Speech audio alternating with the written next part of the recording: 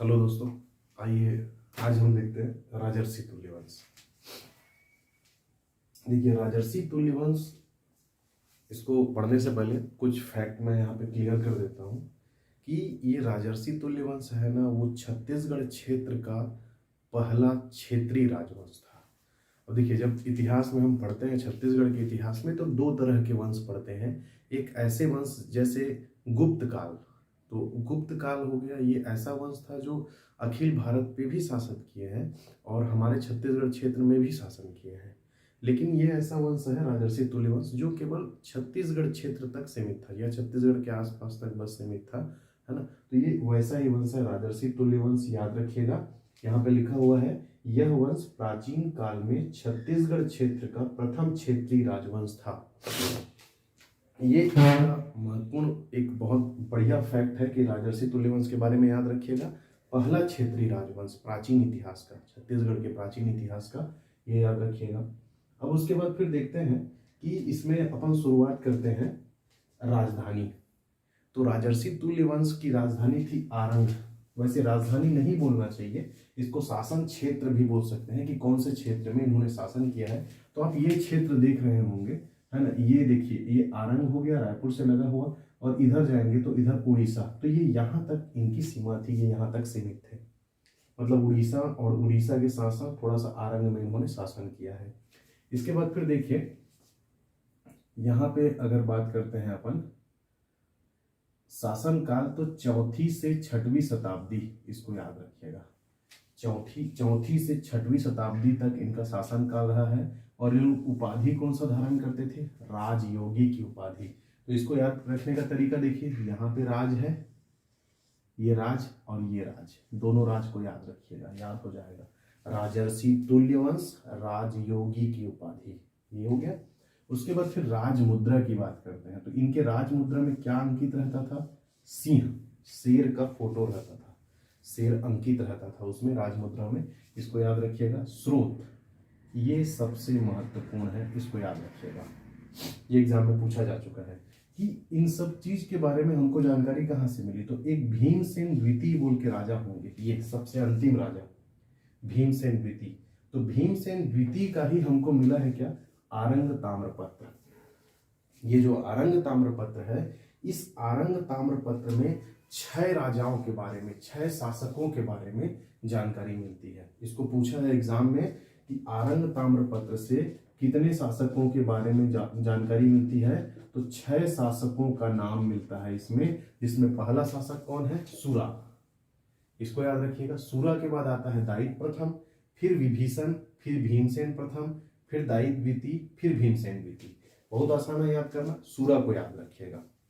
सूरा के बाद क्या आएगा? सूरा के बाद आएगा दायित प्रथम, फिर क्या आएगा? विभीषण। सूरा, दायित प्रथम, विभीषण, ये 3 हो गया। उसके बाद विभीषण के बाद आ जाएगा क्या? भीमसेन प्रथम, दायित द्वितीय, भीमसेन द्वितीय। इस तरह से इसको याद रखना है।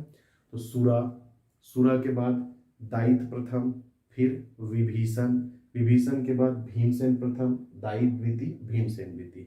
अगर आपको पूरा याद नहीं करना है तो कम से कम पहले और अंतिम को याद रखिएगा कि सूरा और भीमसेन द्वितीय। इस तरह से भी इसको शॉर्टकट में याद कर सकते हैं। तो देखो, चूंकि इस वंश का संस्थापक कौन था? सूरा, ये संस्थापक था, इसी कारण इस वंश को सूरा राजवंश भी बोल देते हैं। इसको याद रखिएगा। एक महत्वपूर्ण फैक्ट और है कि राजर्षि तुल्यवंश को और किस नाम से जाना जाता है? तो सूरा राजवंश के नाम से भी जाना जाता है, इसको याद रखिएगा। इसके बाद फिर याद रखिएगा, स्रोत हो गया आरंग ताम्रपत्र, जिसमें 6 शासकों का नाम मिला है। किसका है? भीमसेन द्वितीय का है। कहाँ से मिला है? आरंग से मिला है। इन लोग किनकी अधिसत्ता स्वीकार करते थे? तो इन लोग स्वीकार करते थे किनकी? गुप्तों की अधिसत्ता। गुप्त जो राजा थे उनकी अधिसत्ता इन लोग स्वीकार करते थे। इसके बाद फिर आगे चलते हैं, ग्राम दान। तो ये भी बहुत महत्वपूर्ण इस फैक्ट है इस पूरे वंश में। ये एक महत्वपूर्ण स्रोत को याद रखिएगा, दूसरा ग्राम दान को याद रखिएगा, और तीसरा मैं यहाँ पे बताया हूँ कि यह वंश प्राचीन काल में छत्तीसगढ़ क्षेत्र का प्रथम क्षेत्रीय वंश था, इसको याद रखिएगा। अब बात करते हैं ग्राम दान। तो ग्राम दान याद रखिएगा किसने किया? तो भीमसेन द्वितीय ने किया है। मतलब इस वंश में अगर किसी को ज्यादा याद रखना है तो भीमसेन द्वितीय है। पहला एक तो आरंग ताम्रपत्र मिला है उसका, और दूसरा भीमसेन द्वितीय ने ग्राम को दान किया है। उस गांव का नाम क्या है? भट्टपालिक। और किसके समीप है? दोंडा के समीप है।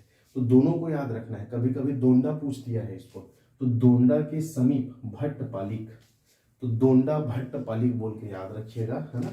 इस गांव का इसने दान किया था। ये एग्जाम में पूछा था, व्यापम के किसी एग्जाम या असिस्टेंट डायरेक्टर के किसी एग्जाम में पूछा था, मेरे को एकदम कंफर्म याद नहीं है ना।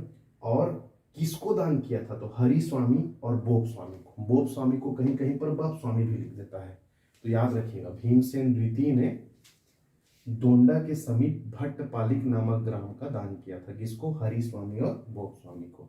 ये इतना आपको याद रखना है राजर्षि तुल्य वंश में। राजधानी आरंग क्षेत्र, शासनकाल 4वीं से 6वीं शताब्दी, उपाधि राजयोगी, राजमुद्रा में सिंह का अंकन, स्रोत तो भीमसेन द्वितीय का आरंग ताम्रपत्र। और इस ताम्रपत्र में कितने शासकों का नाम मिलता है? 6 शासकों का नाम मिलता है।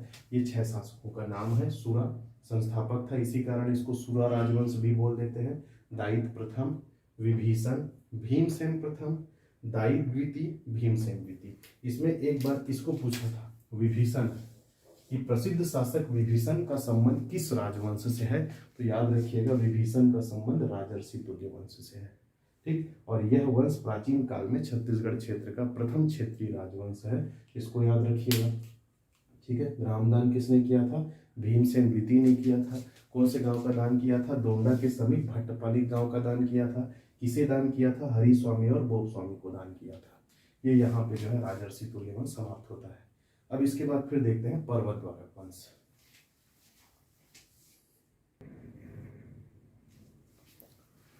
आइए दोस्तों, अब देखते हैं पर्वत द्वारक वंश के बारे में। तो ये पर्वत द्वारक वंश जो है, सबसे पहले इनका शासन क्षेत्र देखते हैं। तो पर्वत द्वारक वंश का शासन क्षेत्र मुख्य रूप से तेल नदी घाटी, जो हम लोग पढ़ते हैं ना, ये तेल नदी घाटी, तो तेल नदी घाटी से संबंधित बहुत सारे सवाल आ चुके हैं, तो हमेशा याद रखिएगा तेल नदी घाटी जो है मेनली ये उड़ीसा में है। तो उड़ीसा में किधर है? ये जो देवभोग गरियाबंद जिला जिधर से उड़ीसा को स्पर्श करता है, वहीं पर है तेल नदी घाटी, क्योंकि तेल नदी यहीं पे बहती है। ये तेल नदी है ना, इस तरह से तेल नदी बहती है, तो उसके आसपास के इलाके को तेल नदी घाटी बोला जाता है। तो याद रखिएगा इनका शासनकाल कहाँ था? तेल नदी घाटी।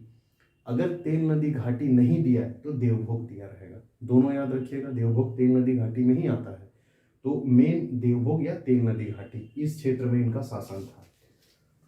ये चीज लिखा हुआ है क्षेत्र, तो देवभोग या तेल नदी घाटी याद रखिएगा। उसके बाद फिर इसका स्रोत क्या है? तो इसका स्रोत है तेरासिंघा ताम्रपत्र। और ये तेरासिंघा ताम्रपत्र किसका है? तुष्टिकर का है, याद रखिएगा। बहुत आसान है याद करना, क्यों? त से तुष्टिकर और त से तेरासिंघा, तो ता बोल के याद रखिएगा। तुष्टिकर का तेरासिंघा ताम्रपत्र इसका प्रमुख स्रोत है। तीसरा बहुत महत्वपूर्ण चीज ये है, ये जो पर्वत द्वारक वंश के शासक हैं वो कौन सी देवी के उपासक थे? तो कौन सी देवी के उपासक थे? स्तंभेश्वरी देवी के उपासक थे। ध्यान पूर्वक याद रखिएगा, यहाँ पे कंफ्यूजन होता है। क्या कंफ्यूजन होता है? तो देखिए, उपासक थे स्तंभेश्वरी देवी के, और सोमन राज जो राजा रहता है उसकी माता का नाम रहता है कौतुभेश्वरी देवी, है ना। और इसी कौतुभेश्वरी देवी के इलाज के लिए ये जो सोमन राज है ये देवभोग क्षेत्र का दान कर देता है ना। तो माता का नाम कौतुभेश्वरी है और उपासक किसके थे इन लोग? स्तंभेश्वरी देवी के।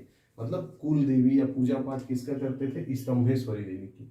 और सोमन राज की माता का नाम कौतुभेश्वरी देवी था, जिसके इलाज के लिए सोमन राज ने देवभोग क्षेत्र का दान कर दिया था। बहुत महत्वपूर्ण फैक्ट है, अक्सर पूछता है देवभोग क्षेत्र को दान किसने किया? तो सोमन राज ने किया, ये याद रखिएगा। नेक्स्ट तुष्टिकर के बारे में देखते हैं। तो तुष्टिकर ने भी दान किया था। तो कौन से क्षेत्र को दान किया था?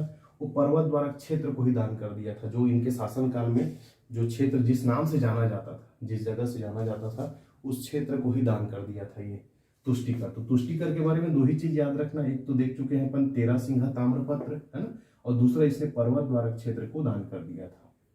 अब महत्वपूर्ण बात यह आता है कि ये व्यक्ति कौन है? द्रोण स्वामी कश्यप।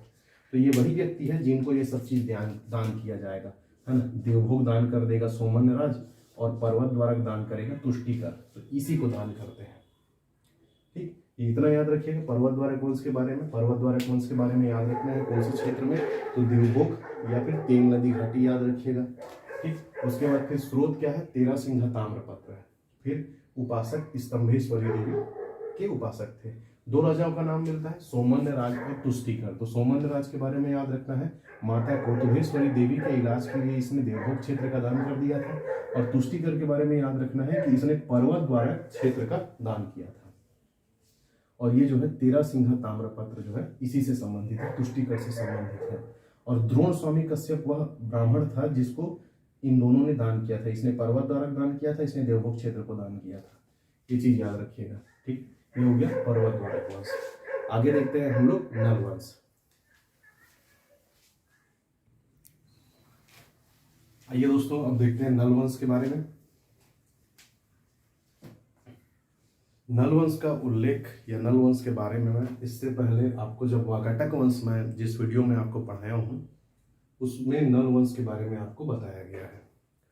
मैं आपको बताया था कि नल वंश जो है इधर वाकाटक वंश महाराष्ट्र की ओर, इधर नल वंश, दोनों में संघर्ष होता है। कहाँ के लिए? पुष्करी के लिए। इसको आप लोग जानते हैं। उसी को आगे बढ़ाते हैं। देखिए, नल वंश की अगर बात करते हैं तो नल वंश की शुरुआत होती है किससे? सिसुक नामक राजवंश से। ये सिसुक नामक शासक थे। सिसुक जो है इस वंश का संस्थापक रहता है। याद रखिएगा, अगर केवल संस्थापक बोलेगा तो सिसुक लेना है, लेकिन वास्तविक संस्थापक इसका कौन था? तो इसका वास्तविक संस्थापक था वराहराज। ये वराहराज इसका वास्तविक संस्थापक था। तो क्रमवार चलते हैं। सिसुक, सिसुक कौन था? संस्थापक था। सिसुक के बाद दूसरा नाम आता है व्याघ्रराज का। व्याघ्रराज के बारे में भी आपको बताया जा चुका है। जब गुप्त काल हम लोग पढ़े तो जब समुद्रगुप्त दक्षिण अभियान के लिए निकला था तो उस अभियान के दौरान उसने छत्तीसगढ़ के या दक्षिण कोसल क्षेत्र के 2 राजाओं को पराजित किया था, जिसमें से एक राजा था वाकाटक वंश का महेंद्र सेन और दूसरा राजा था नल वंश का राजा व्याघ्रराज। तो इसको याद रखिएगा, समुद्रगुप्त द्वारा पराजित। अब समुद्रगुप्त द्वारा पराजित है तो इसका नाम कहाँ मिलेगा? प्रयाग प्रशस्ति अभिलेख में मिलेगा। इसके बाद आता है वृक्षध्वज, जिसके बारे में कुछ जानना नहीं है। फिर आता है वराहराज। तो वराहराज के बारे में मैं आपको बताया हूं कि यह इस वंश का वास्तविक संस्थापक था और एड़ेंगा से इसके 29 स्वर्ण सिक्के प्राप्त हुए हैं। इसको बहुत अच्छे से याद रखिएगा। एड़ेंगा, एड़ेंगा कहाँ है? तो एड़ेंगा के बारे में मैं यहाँ पे बता दिया हूँ। एड़ेंगा कोंडा गांव में है और यहाँ से हमको 29 स्वर्ण सिक्के प्राप्त हुए हैं। इसको याद रखिएगा। किसके 29 सिक्के हैं? वराहराज के। एकमात्र इस वंश का ऐसा शासक जिसका इतना सारा अमाउंट, मतलब इतना सारा सिक्का जो है वो हमको प्राप्त हुआ है। इसके बाद फिर आते हैं वराहराज के बाद भवदत्त वर्मन। तो भवदत्त वर्मन के बारे में भी लास्ट वीडियो में बताया हूं कि भवदत्त वर्मन ने किसको हराया था? इसने यहाँ पर ये नरेंद्र सेन, पृथ्वी सेन और देवसेन, ये देवसेन, ये पृथ्वी सेन और ये नरेंद्र सेन, तीनों ही किस वंश से संबंधित है? तीनों ही संबंधित है वाकाटक वंश से। तो नरेंद्र सेन को हराएगा कौन? भवदत्त वर्मन। भवदत्त वर्मन ने किसको हराया? नरेंद्र सेन को हराया। उसके बाद फिर अर्थपति भट्टारक को इसका बेटा हरा देता है ना। इसका बेटा कौन होता है? पृथ्वी सेन। तो इसे पृथ्वी सेन ने हराया। किसको? अर्थपति को। भवदत्त वर्मन ने नरेंद्र सेन को हराया, अर्थपति भट्टारक को पृथ्वी सेन ने हराया और उसके बाद स्कंद वर्मन ने देवसेन को हराया। तो पहले में नलवंश विजेता होता है, नलवंश का राजा। दूसरे लड़ाई में वाकाटक वंश का राजा विजयी होता है। फिर तीसरे लड़ाई में नलवंश का राजा विजयी होता है। तो ये भवदत्त वर्मन ने नरेंद्र सेन को हराया, अर्थपति भट्टारक को पृथ्वी सेन ने हराया और स्कंद वर्मन ने देवसेन को हराया। इसको अच्छे से याद रखिएगा, कंफ्यूजन होता है। ठीक। उसके बाद फिर देखिए, भवदत्त वर्मन को क्या बोला जाता है? सर्व प्रतापी सम्राट बोला जाता है। ये इस वंश का सर्व प्रतापी सम्राट था, है ना। उसके बाद अर्थपति भट्टारक के बाद चलते हैं स्कंद वर्मन। स्कंद वर्मन के शासन काल में सर्वाधिक साम्राज्य विस्तार हुआ है। याद रखिएगा, सबसे ज्यादा प्रतापी शासक बोलेगा तो भवदत्त, वास्तविक संस्थापक बोलेगा वराहराज, संस्थापक बोलेगा सिसुक, सर्वाधिक साम्राज्य विस्तार बोलेगा स्कंद वर्मन। इसको याद रखिएगा। इसके बाद फिर देखिए, स्कंद वर्मन के बारे में थोड़ा डिटेल में देखते हैं। तो इसने पुष्करी को फिर से बसाया। अब ये पुष्करी को फिर से बसाया, ये फैक्ट को आपको कोरिलेट करना है किससे? तो जब हम पृथ्वी सेन पढ़ रहे थे वाकाटक वंश में, तो पृथ्वी सेन ने अर्थपति भट्टारक को हराया, उसके पश्चात उसने पुष्करी को बुरी तरह से तबाह कर दिया था। और पुष्करी को तबाह करने के बाद उसी पुष्करी को बसाता कौन है? फिर से स्कंदवर्मन पुष्करी को बसाता है और इसको राजधानी भी बनाता है। ये याद रखिएगा। फिर पोड़ागढ़, कभी भी पोड़ागढ़ शब्द का इस्तेमाल कहीं पर भी होगा नल वंश में, उसका संबंध सिर्फ और सिर्फ स्कंदवर्मन से है। तो याद रखिएगा, पोड़ागढ़ में कौन सा मंदिर बनवाएगा? विष्णु मंदिर बनवाएगा। इसको याद रखिएगा, पोड़ागढ़ में विष्णु मंदिर बनवाया है ना। उसके बाद स्कंदवर्मन का पोड़ागढ़ अभिलेख, तो इसको मैं यहाँ पे बता दूंगा आपको, पोड़ागढ़ अभिलेख।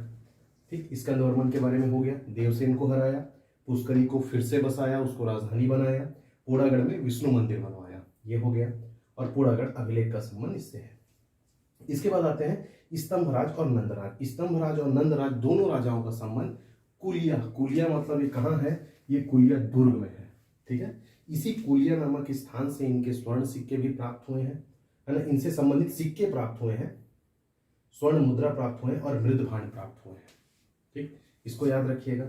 कुलिया दुर्ग से जो स्वर्ण मुद्रा और मृदभांड प्राप्त हुए हैं उनमें इनका नाम मिलता है। नाम मिलता है, ये नहीं मिल पाता कि इन्होंने ही चलाया था, है ना। इसको थोड़ा ध्यान रखना।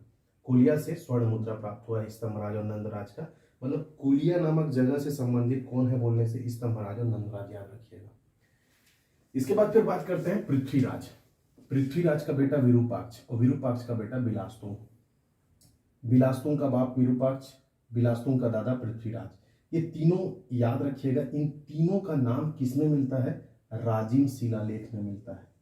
जैसे हम लोग देखे थे ना, भीमसेन द्वितीय के आरंग ताम्रपत्र में कितने राजाओं का नाम मिलता है? 6 शासकों या 6 राजाओं का नाम मिलता है। उसी प्रकार राजिम शिलालेख में कितने शासकों का नाम मिलता है? तो एक बिलास्तुंग, चूंकि बिलास्तुंग का है ये राजिम शिलालेख, और बिलास्तुंग के पिताजी का नाम मिलता है विरूपाक्ष, और विरूपाक्ष के पिताजी का नाम मिलता है पृथ्वीराज।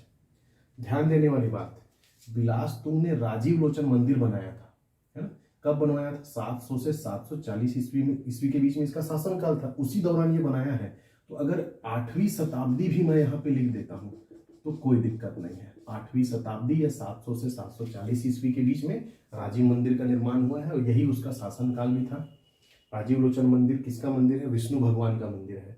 और कौन सी शैली में निर्मित है? तो ये पंचायतन शैली में निर्मित है, इसको याद रखिएगा। साथ ही साथ यहाँ पर एक प्रसाद दिया जाता है जिसको बोला जाता है क्या?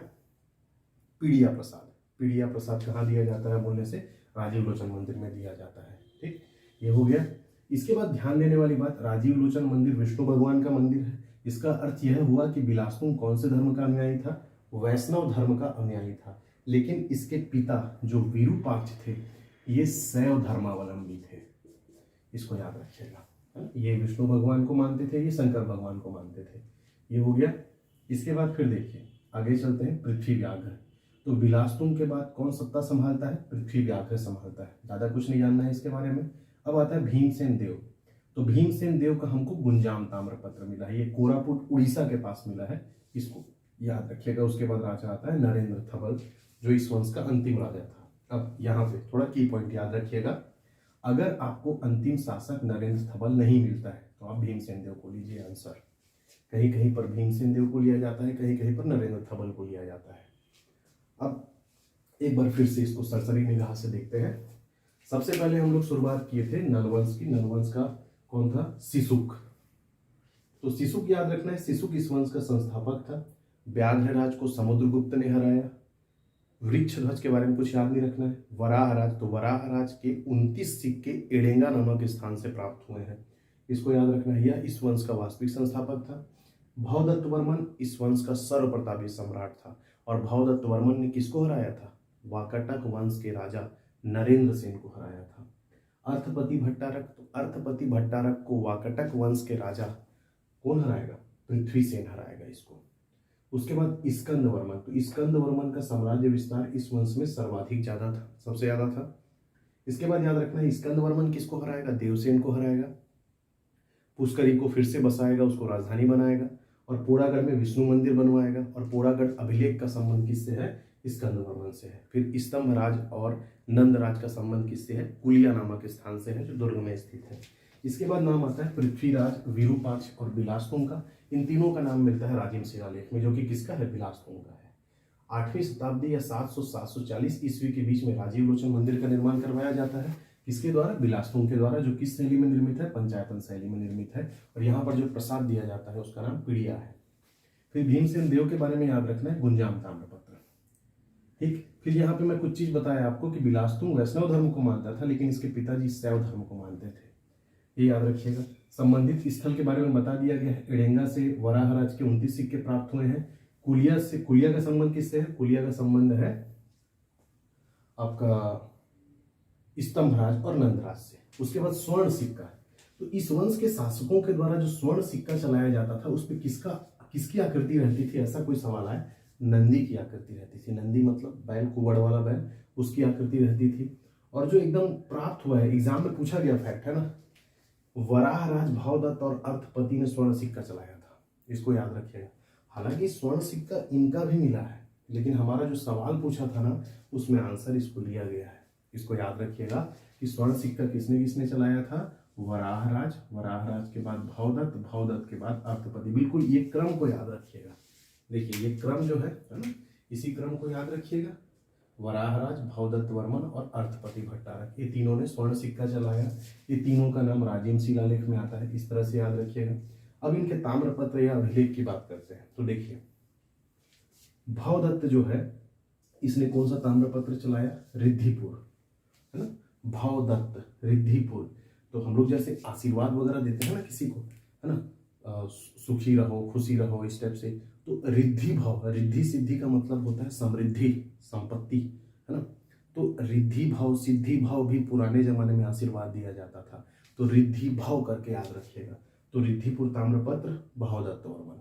ठीक, उसके बाद फिर अर्थपति भट्टारक। अर्थ का मतलब होता है पैसा, है ना। अर्थ का मतलब क्या होता है? पैसा। तो देखिए केस मतलब बाल। अब आपको बाल कटाने जाना है, ठीक। पांड्या में पान शब्द को लीजिए, पान खाना है या बाल कटाने जाना है, दोनों के लिए आपको क्या चाहिए? अर्थ चाहिए, पैसा चाहिए। तो याद रखिएगा अर्थपति भट्टारक का केसरी बेड़ा और पांड्या पत्थर। इसके बाद स्कंद वर्मन का पोड़ागढ़ अभिलेख है, बताया जा चुका है इधर। इसको कैसे याद रखना है? देखो कंद का मतलब होता है कांदा, छत्तीसगढ़ी में कांदा बोलते हैं, और कांदा जमीन के नीचे गड़ा रहता है। तो कांदा या कंद गड़े रहना, गढ़, है ना, याद रखना पोड़ागढ़ स्कंद वर्मन। ठीक है, इसके बाद फिर बिलास्तुंग। तो बिलास्तुंग का राजिम अभिलेख है, ये बहुत सरल फैक्ट है। भीमसेन देव का गुंजाम ताम्रपत्र है, कोरापुट के समीप ये प्राप्त हुआ है। उतना महत्वपूर्ण नहीं है, फिर भी याद रखिएगा। अब सबसे महत्वपूर्ण चीज याद रखिएगा कि भानुगुप्त जो गुप्त काल का शासक हुआ, है ना, भानुगुप्त, उसके एरण अभिलेख में, है ना, कौन से अभिलेख में? एरण अभिलेख में नल वंश का नाम मिलता है। ये बहुत अच्छे से याद रखना। नहीं, ये एरण नहीं होगा, एहोल होगा, है ना। नहीं, इस फैक्ट को याद मत रखिएगा, इस फैक्ट को याद मत रखिएगा, ये थोड़ा कंफ्यूजन है इसमें। ये एहोल जो पढ़ते हैं ना हम लोग, एहोल प्रशस्ति अभिलेख, उसमें इनका नाम मिलता है नल वंश का। मैं यहाँ पे गलत लिख दिया था, उसको याद मत रखिएगा। अभी इतना याद रखिएगा, आगे का मैं अगले नेक्स्ट वीडियो में आपको बताऊंगा। अर्थपति केसरी बेड़ा और पांड्या पत्थर, स्कंद वर्मन पोड़ागढ़, बिलास्तुंग राजिम अभिलेख, भीमसेन देव गुंजाम ताम्रपत्र, और भावदत्त का क्या है? रिद्धिपुर ताम्रपत्र। इसको अच्छे से याद रखिएगा। ये है हमारा नल वंश, और नल वंश के बाद आगे हम अगले वंश को देखते हैं।